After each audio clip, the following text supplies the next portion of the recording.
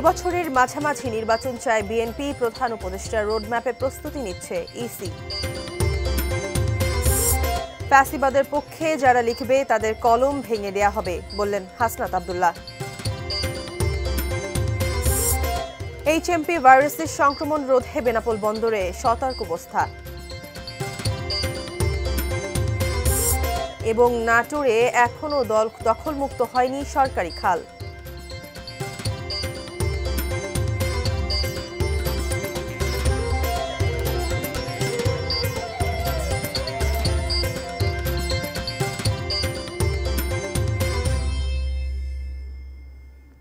দেখছেন এটি নিউজ। সারা দেশের সর্বশেষ খবরাখবর নিয়ে এটি নিউজের নিয়মিত আয়োজন দেশের খবরে আপনাদের আমন্ত্রণ জানাচ্ছি আমি মারিয়া শিমু। শুনছিলেন আকিজ বশির গ্লাসের সৌজন্যে শিরোনামগুলো। এবারে বিস্তারিত জানাচ্ছি। এবছরের মাঝামাঝিতেই ত্রয়োদশ সংসদ নির্বাচন চায় বিএনপি। এ সময়ে ভোট আয়োজনে অন্তর্বর্তী সরকারের প্রতি আহ্বান জানিয়েছে দলটি। সোমবার রাতে বিএনপির স্থায়ী কমিটির বৈঠকে এই সিদ্ধান্ত আজ জানালেন বিএনপির মহাসচিব মির্জা ফখরুল ইসলাম আলমগীর। বিস্তারিত নাজিয়া আফরিনের রিপোর্টে। পুরোদমে কাজ চলছে নির্বাচন কমিশনের। বুধবার সংস্কার কমিশনেরও রিপোর্ট দেওয়ার কথা।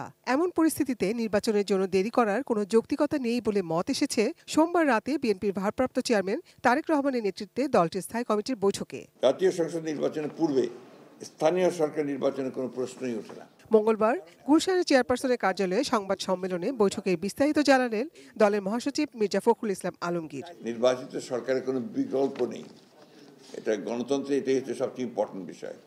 তো সেই ক্ষেত্রে আমরা মনে করি যে এই বছরই মাঝামাঝি সময় অর্থাৎ আপনার জুলাই আগস্ট এর মধ্যেই নির্বাচন সম্ভব।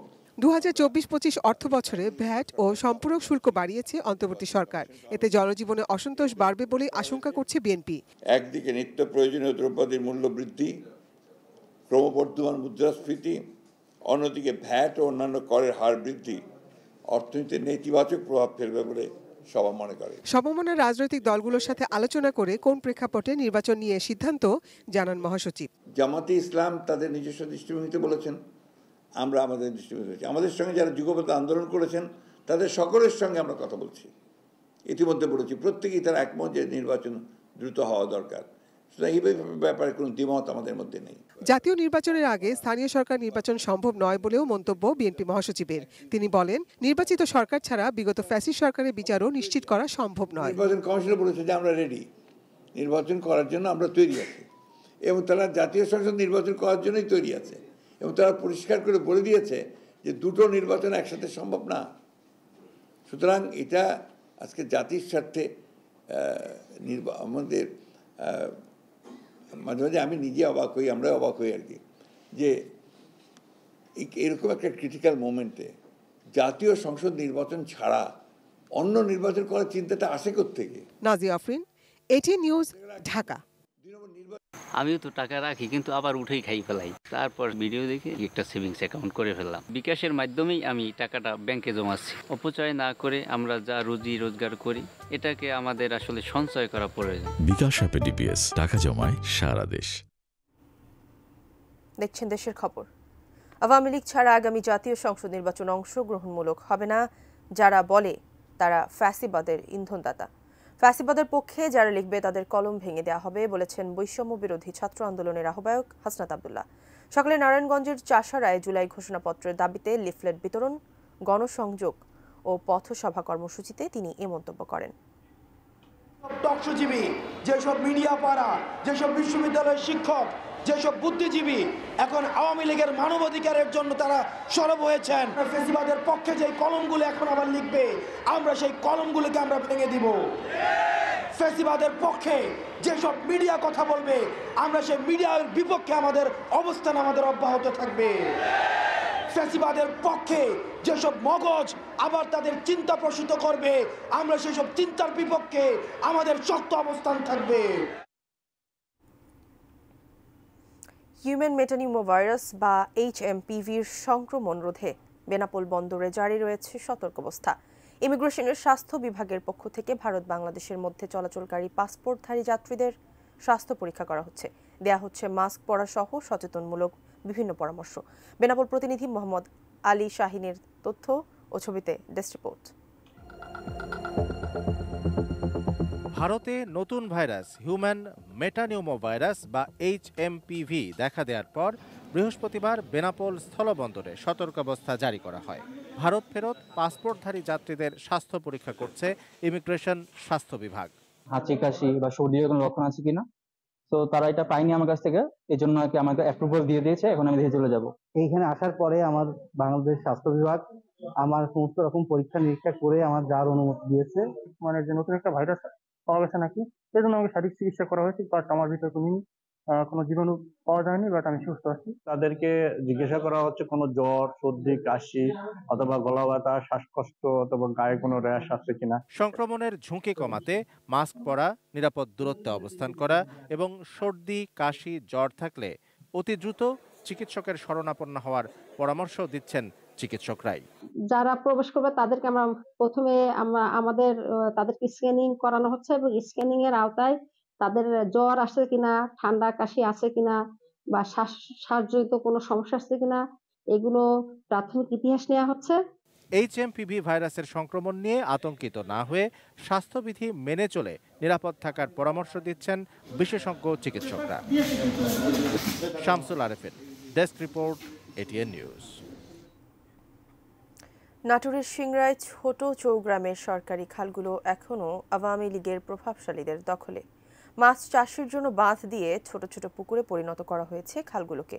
ফলে বন্ধ পানি প্রবাহ, জলাবদ্ধ কৃষি জমি, সাধারণ মানুষের চলাফেরাও বাধার মুখে।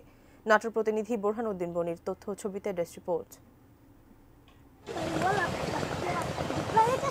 চলনবিল অধ্যুষিত নাটোরের সিংড়া উপজেলার ছোট চৌগ্রামে রয়েছে বেশ কয়েকটি সরকারি খাল। খালগুলোর বেশিরভাগই দখলে নিয়ে রেখেছেন কিছু প্রভাবশালী আওয়ামী লীগ নেতা।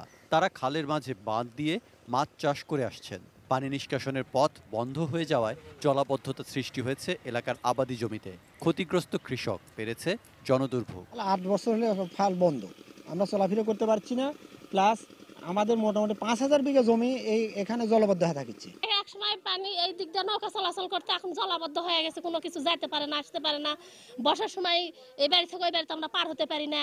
খালের দখলকারীদের অনেকে ক্যামেরার সামনে কথা বলতে রাজি হননি। তবে তাদের অধিকাংশের দাবি, খালের জমি তাদের পৈতৃক সম্পত্তি।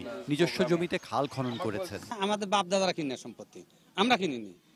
সেখানে পুকুর দিয়ে আমরা মাছ চাষ করতেছি। এটা অবৈধভাবে কোনো কিছুই আমরা জোর জবরদস্তি প্রভাব খাটায় যে করতেছি তা না।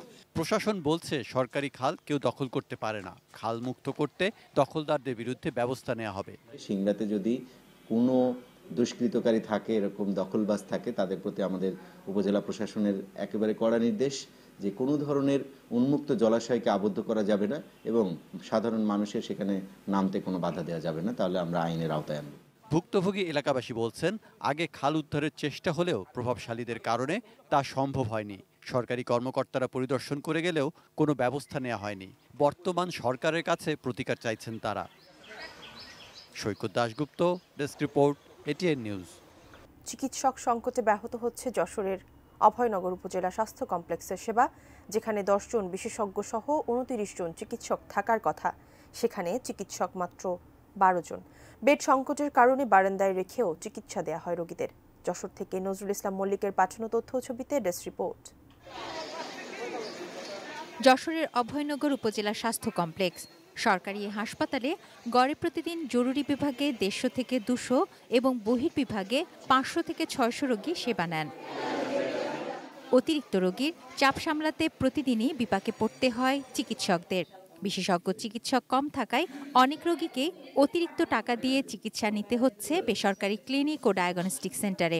অন্যদিকে হাসপাতালের দালালের দৌরাত্ম্যের কাছে জিমির অভিযোগও রয়েছে রোগীর স্বজনদের। যদি বেশি বেশি ডাক্তার প্রদান করা হয়, মানুষ আরো দ্রুত সেবা পাবে, সেক্ষেত্রে দূর দূরান্ত যাওয়ার প্রবণতা কমে যাবে। এই জায়গায় পর্যাপ্ত চিকিৎসক না থাকার জন্য আমাকে 250 বেড যে চিকিৎসা নিতে হয়েছে। কিছু সংখ্যক লোক দালাল আছে, তারা রোগীদের হয়রানি করে বিভিন্ন জায়গায় নিয়ে যায়, টাকা কালেকশন করে। বিশেষজ্ঞ সহ চিকিৎসক সংকটের কথা স্বীকার করে বিষয়টি দ্রুত সমাধানের আশ্বাস দিলেন সদ্য নিয়োগপ্রাপ্ত জেলা সিভিল সার্জন।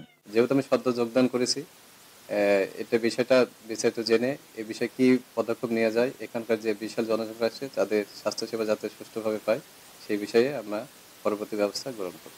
অভয়নগর উপজেলা স্বাস্থ্য কমপ্লেক্সে মোট 163 পদের মধ্যে জনবল রয়েছে 96 জন। তুনাজিনা তুনু, ডেস্ক রিপোর্ট, এটিএন নিউজ। সড়ক দুর্ঘটনায় গুরুতর আহত রাজশাহী বিশ্ববিদ্যালয়ের বাংলা বিভাগের সহযোগী অধ্যাপক ডক্টর পুরঞ্জিত মহালদার চিকিৎসাধীন অবস্থায় মারা গেছেন। বিশ্ববিদ্যালয়ের বাংলা বিভাগের সহযোগী অধ্যাপক ডক্টর সুজাউদ্দৌলা জানান, ডক্টর পুরঞ্জিতের সন্তান রাজশাহী ক্যান্টনমেন্ট পাবলিক স্কুলে পড়ে। স্কুল ছুটির সময় সোমবার দুপুরে ক্যাম্পাস থেকে মোটর সাইকেলে সন্তানকে নিয়ে আসতে যান।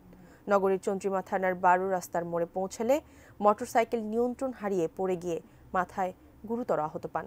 তখন স্থানীয়রা উদ্ধার করে তাকে রাজশাহী মেডিকেল কলেজ হাসপাতালে ভর্তি করে। আইসিইউতে চিকিৎসাধীন অবস্থায় রাত 2:35 তার মৃত্যু হয়।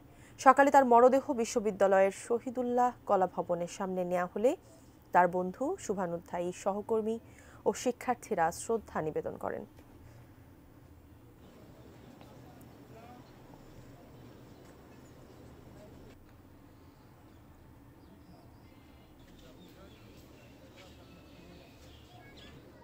একটি সড়ক দুর্ঘটনা সারা জীবনের অভিশাপ। যারা প্রাণে বেঁচে যান কেবল তাদের জীবনই নয়, অসহায় হয়ে পড়ে পুরো পরিবার। সড়ক দুর্ঘটনায় পড়ে তেমনই পঙ্গুত্বের অভিশাপ বয়ে বেড়াচ্ছেন খুলনার রূপসার রিপন লস্কর ও গোয়ালবাড়ি চর এলাকার আলাউদ্দিন। খুলনার রূপসা উপজেলার গোয়ালবাড়ি চর এলাকার রিপন লস্কর ট্রাকের সহকারী হিসেবে কাজ করতেন। স্ত্রী সন্তান নিয়ে ভালোই চলছিল সংসার। ভাগ্যের নির্মম পরিহাস, 10 বছর আগে চট্টগ্রামে সড়ক দুর্ঘটনায় ডান পা হারান রিপন। চিকিৎসা করাতে শেষ হয় বসতবাড়ি সহ সর্বস্ব। জীবনে নেমে আসে পঙ্গুত্বের অভিশাপ। অবশেষে রিপনের আশ্রয় হয়েছে আশ্রয়ন প্রকল্পের একটি ঘরে। তবে প্রতিদিন জোটে না একবেলার আহার। অভাবের তাড়নায় ছেড়ে গেছে স্ত্রী। এখন কেউ খোঁজ নেয়ার নেই রিপনের। টাকা পয়সা এলে এক পোশাক কোনোটা দিতে পারি না, তার চাহিদা মেয়েদা পূরণ করতে পারি না। এই কারণে আমার বউ চলে গেছে। আর আমি নিঃস্ব, আমি তো আর ইনকাম করতে পারি না। টাকা থাকলে বউ থাকে, টাকা নাই বউ নাই। একই অবস্থা উপজেলার গোয়ালবাড়ি চর এলাকার আলাউদ্দিন হাওলাদারের। তিনিও 2019 সালে রূপসায় সড়ক দুর্ঘটনায় বাম পা হারান। সেই থেকে অনাহার অর্ধাহারে দিন কাটছে তার পরিবারের। বসতবাড়ি পর্যন্ত বিক্রি করে নিঃস্ব তিনি।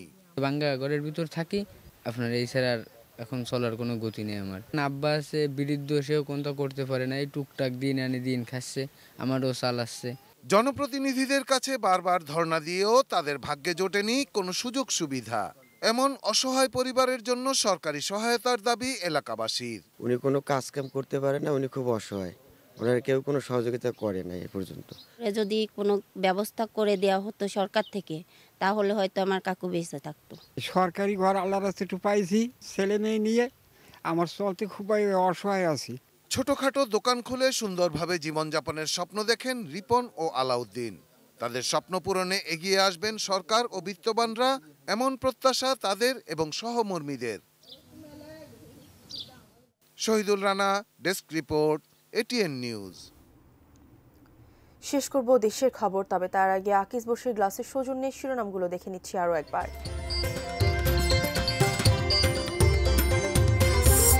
এবছরের মাঝামাঝি নির্বাচন চায় বিএনপি। প্রধান উপদেষ্টার রোডম্যাপে প্রস্তুতি নিচ্ছে ইসি। ফ্যাসিবাদের পক্ষে যারা লিখবে তাদের কলম ভেঙে দেওয়া হবে, বললেন হাসনাত আব্দুল্লাহ। HMP ভাইরাসের সংক্রমণ রোধে বেনাপোল বন্দরে সতর্কাবস্থা। নাটোরে এখনো দখলমুক্ত হয়নি সরকারি খাল।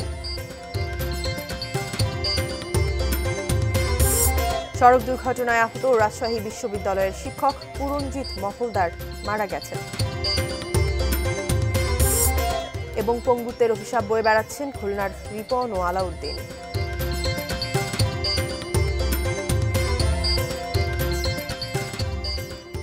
এই ছিল দেশের খবরের সর্বশেষ। কাল আবারও দেখা হবে একই সময়ে। সে পর্যন্ত সবাই ভালো থাকুন, দেখতে থাকুন এটিএন নিউজ। ধন্যবাদ।